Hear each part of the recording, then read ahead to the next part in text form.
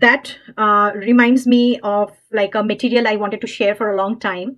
In fact, the whole purpose of this video is to share this material, though it's not a paid promotion, and Amazon didn't pay me, or the book publisher didn't pay me, but I do wanted to share because it's an old book that my kiddo used as a toddler, I think a child.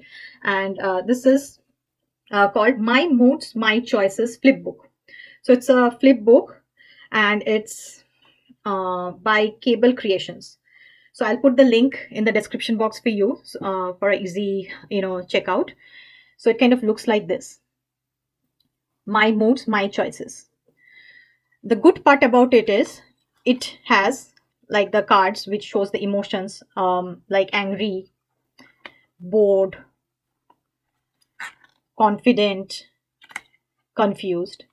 And the good part, another like the part I like the best is, for each emotion they give you a list of things that you can do when you are feeling that particular emotion. Like for angry, you can think, okay, you can stay calm, walk away, talk with an adult.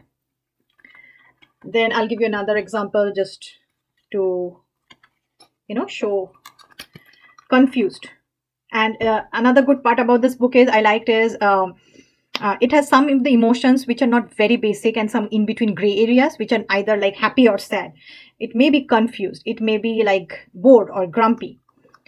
So the nuances part of the emotions are also included in this book. And what you can do if you're feeling confused: ask questions, read about it. So this book really helped my child personally, so I wanted to share this with you. And with that, I'll go into the next part of my, or next segment of my video, that is the importance. What is the importance of learning emotional regulatory skills? So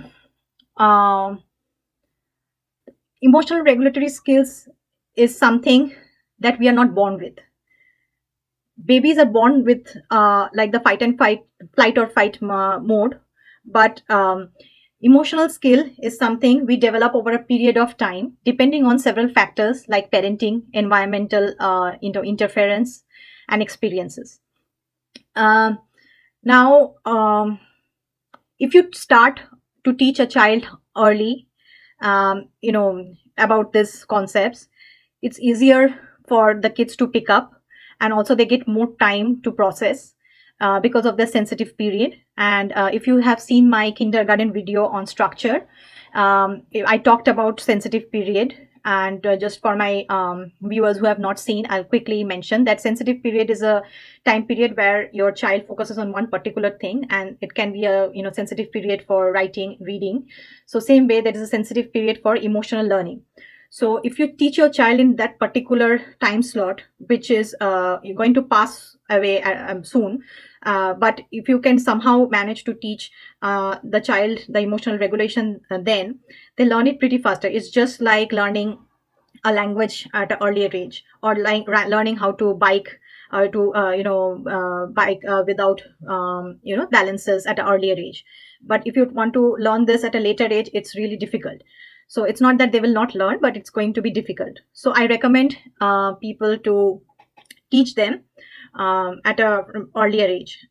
So with that, another thing I want to add is, because most of the other components like social, communicative, speech, language, everything is related to emotions.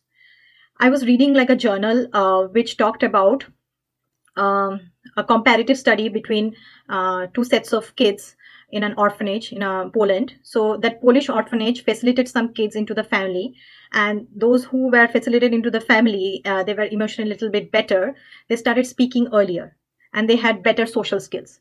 But the unfortunate ones who couldn't be facilitated into a particular family, they had like more shy nature, less communicative skill, and their speech didn't develop fully at a particular age. So they were delayed in their milestones. So that will be the another importance of why this emotional skill, learning this emotional skill is so significant.